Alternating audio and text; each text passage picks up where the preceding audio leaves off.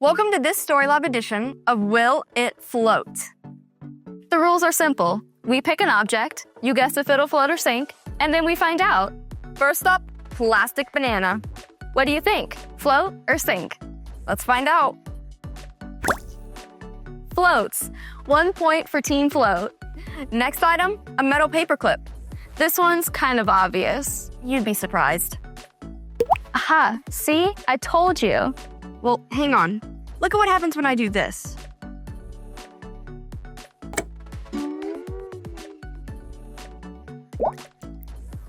What? No way! Isn't that cool? We created surface tension on the top of the water. Water is made of tiny parts that like to stick together. Science. God is so cool. He sure is. All right, time for a tricky one. An egg. Float or sink? Whoa, it sinks. Excellent. Only old eggs float.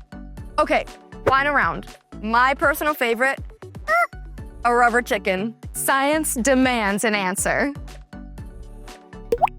It floats. Rubber chicken for the win. Ugh, this blasted contraption! Hey, Edwin, what's that?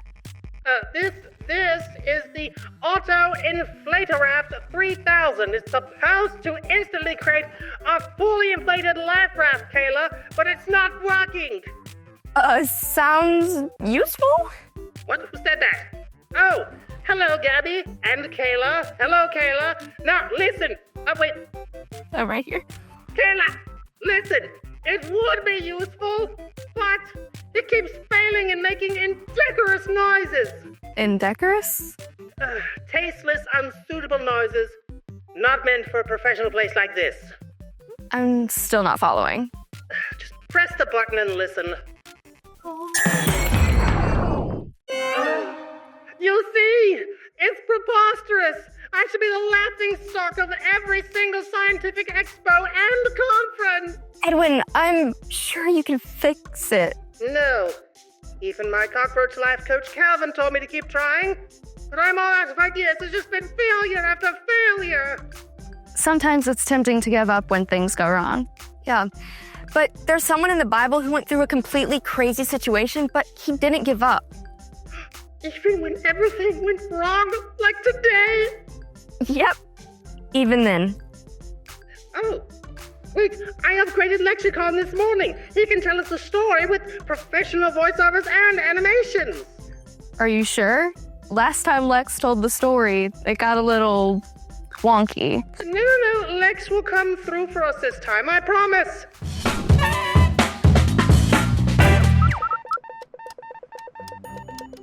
All right, Lex, are you ready to impart to us the story found in Acts 27 and 28?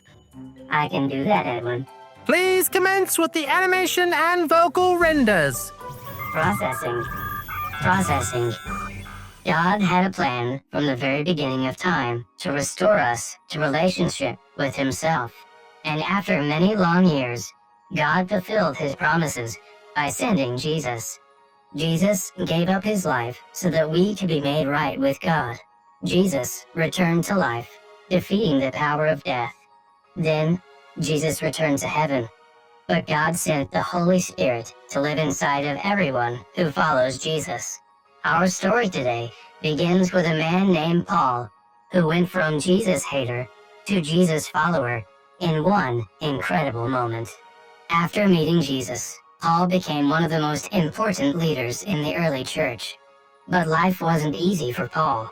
He was beaten, thrown in prison, and often faced grave danger.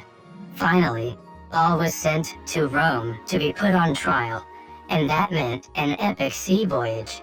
Paul and the other prisoners were placed under the watch of a Roman commander named Julius.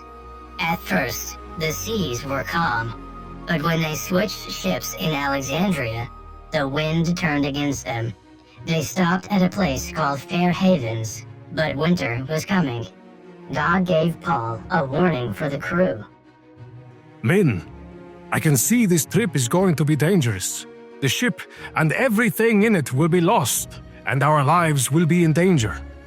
But the commander listened to the ship's pilot instead. And when a gentle breeze blew in, They set sail, hoping to reach the safe harbor of Phoenix on Crete. The breeze did not last. Soon, the wind roared like a hurricane.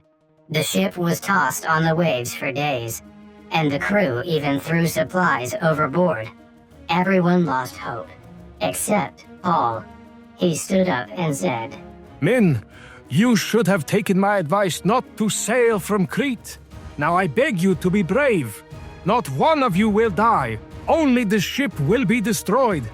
I belong to God and serve Him.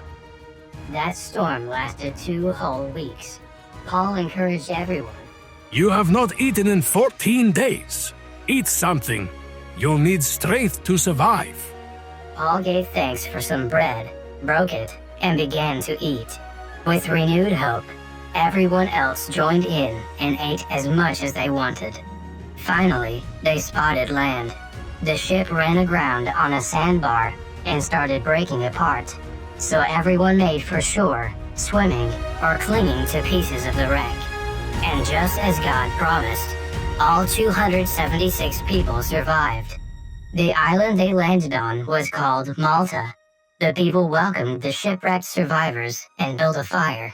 But as Paul fed sticks into the fire, a poisonous snake bit him.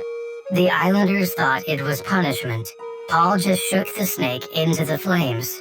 The people waited to see if he would be sick from the poison, but to their amazement, nothing happened. Paul was able to do powerful things on Malta, and the people realized God was with Paul. He prayed for the chief official's father and healed the man, and soon others came to be healed as well.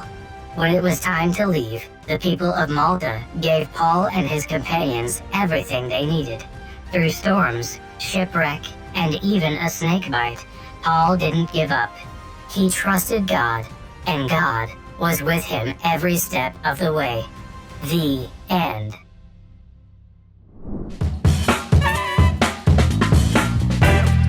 Great job, Lex. All right, ladies, what did you think of that Bible story? Wow, storms and snakes? Paul went through a lot. He trusted God, even when things looked really bad. And that is the big difference. Paul did not just trust the ship's captain, the weather, or his own strength. Paul trusted God and never gave up believing God would help him. So here's the thing. Don't give up on God when bad things happen. You can look at the amazing things God has done in the past and trust that He is at work right now. God can give you strength and hope, no matter how big the problem is. Thank you, Lex. You can thank Edwin for my upgrade. Oh, pish posh, it was nothing. So, life won't always be smooth sailing. But when you trust God, you can keep going, even when things go wrong. Edwin, you never give up trying to fix Lex. So what about your inflatable raft thingy? Oh, the auto-inflator RAV 3000, you mean? I suppose I should persevere. Keep going. Exactly. Just because it's gone wrong a few times, 14. 14 times doesn't mean you quit. You learn, you adjust, and you keep going because you know God is with you. And maybe the plan or the invention will actually work in the end. That's the spirit, Edwin. That's all for today's episode of Storylab. Thanks for hanging out with us. Now, who wants to test if a peanut butter and banana sandwich floats? Well, I guess there's only one way to find out. I'll grab the bananas. I'll grab the peanut butter. I'll watch. Okay.